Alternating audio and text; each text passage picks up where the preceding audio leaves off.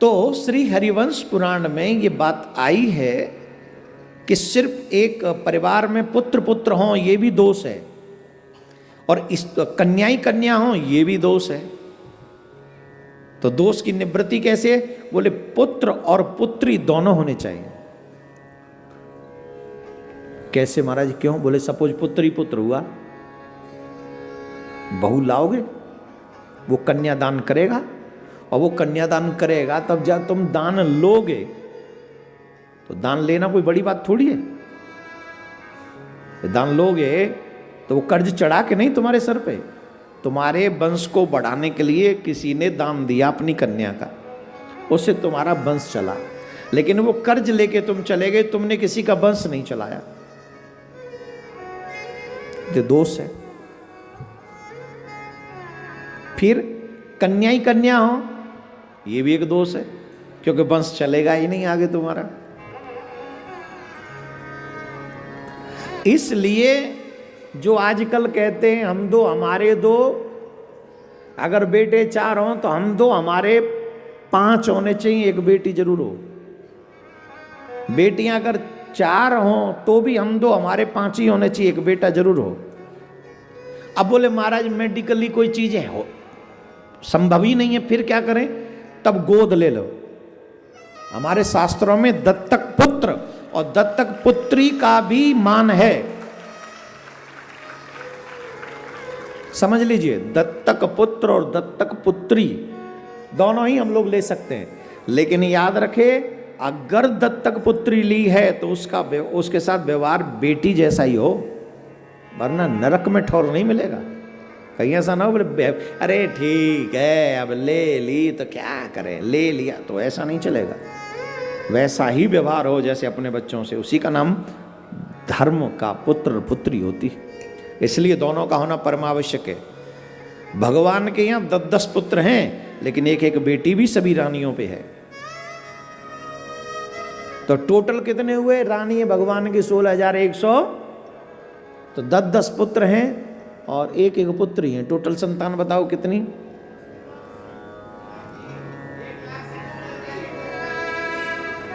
तू कथा सुनता रहता है, फालतू की बात कर रहा है।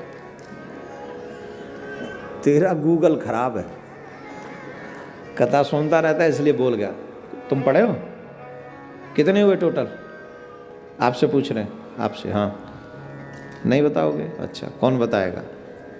तुम्हें तो जो कथा सुनते हैं उनसे नहीं पूछ रहे, जो कथा नहीं सुनते, जो पहली बार सुन रहे हैं उनसे पूछ रहे हैं।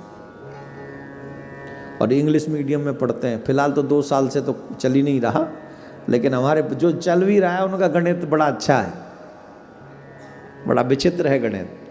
12 में पढ़ने वाले एक बच्चे को 67 नहीं पता था। बेंगलोर हम गए थे, हिंदी की गिनती नहीं आती हमारे बच्चों को। बोलो राधे राधे। तो भगवान की टोटल संतान हुई 1 लाख कितनी? बेटा बेटी न्यू तो जोड़ ले, 1,77,188 ये भगवान की टोटल संतान है। 1,77,188, 1,77,188। बच्चे हंस रहे होंगे, oh my god it's too much. बेटा don't forget he is god, वो भगवान है, हम सबका बाप है। ये तो एक संख्या सिर्फ उस लीला में है, बाकी के तो हम सब उसी की 7 अरब के लगभग उसी की संतान है।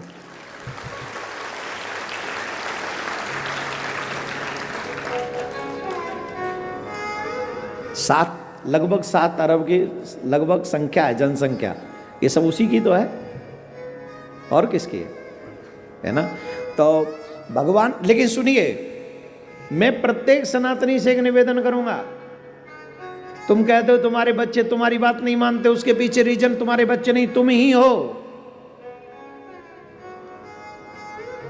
क्या तुम इस लायक हो कि तुम्हारे बच्चे तुम्हारी माने? Just question for your self. एक बार पूछिए अपने आप से, क्या तुम इस लायक हो कि तुम्हारे बच्चे तुम्हारी बात माने? I am sure you are not. तुम इस लायक नहीं हो कि तुम्हारे बात तुम्हारे बच्चे माने। क्यों महाराज? बोले हम बताते हैं, सुनो। क्या तुम अपने माँ बाप की मानते हो? क्या तुम अपने पुराण की मानते हो? क्या तुम अपने भगवान की मानते हो? क्या तुम भगवान के बताए हुए मार्ग पर चलते हो? नो। जब विपत्ति पड़े तो जय जय जय हनुमान गोसाई कृपा करो गुरुदेव की नाई, जो सतबार पाठ कर जोई, छूटे बंद गंगा में जोई।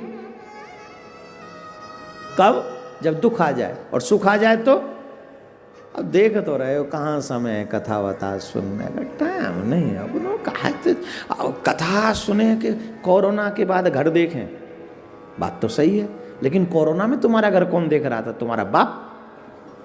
हाँ यस, तुम्हारा बाप वो देख रहा था।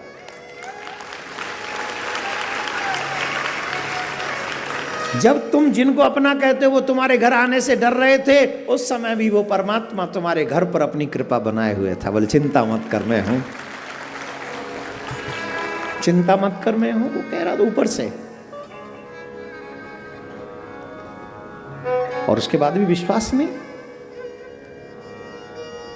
तो मेरे बच्चे मेरी बात क्यों माने? क्योंकि मैंने मेरे बच्चों को वो संस्कार ही नहीं दिए। मैंने मेरे बच्चों को इसलिए वो संस्कार नहीं दिए क्योंकि वो संस्कार मुझ में ही नहीं है।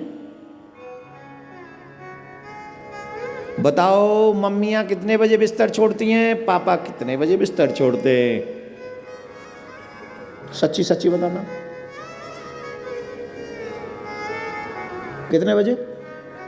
मम्मी खड़ी हो जाए, दो चार मम्मी खड़ी हो जाए, सिर्फ मम्मी। ए तुम तो मम्मी नहीं हो, तुम झूठ बोल रही हो, बैठो। कम से कम मम्मी सी तो लगे। हाँ, कौन सी मम्मी खड़ी होगी? हैं? तू कहाँ है? ऊपर है नीचे? कितने बजे उठती है तेरी मम्मी? उसी का फल है बेटा, तुम यहां बैठी हुई हो। इनकी मम्मी 4 बजे उठती है, उसका फल है कि कितने साल की हो? 10 साल की बच्ची कथा में बैठी हुई है कुर्सी घेर के। ये कितना शांत रहो बेटा, जिन जिन से पूछें वही बताओ, नहीं तो हम तो कथा रह जाएगी हमारी। अब सुनिए, तुम्हारे भगवान कितने बजे उठते हैं, बिस्तर छोड़ते हैं?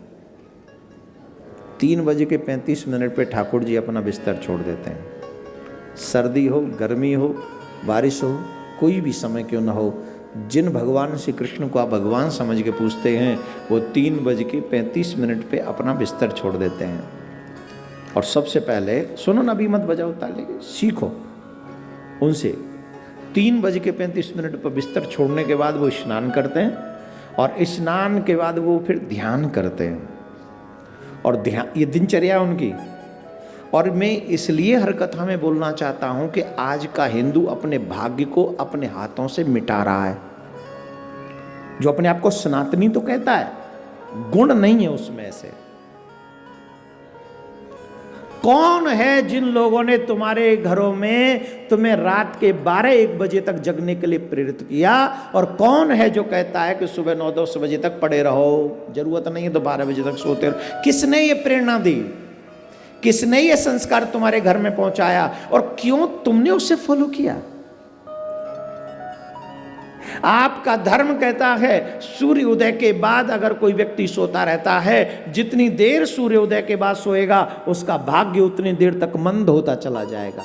जो तुम्हारे भाग्य में चीजें हैं वो धीरे धीरे खत्म होती चली जाएंगी। जहां तुम आगे जा सकते हो नहीं जा सकोगे। रीजन कि तुम सो रहे हो जब सूर्य उदय, सनराइज हो रहा है और तुम्हारा सन डाउन हो रहा है।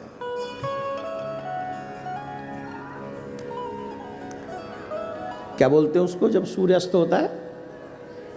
सनसेट। Sunrise and sunset.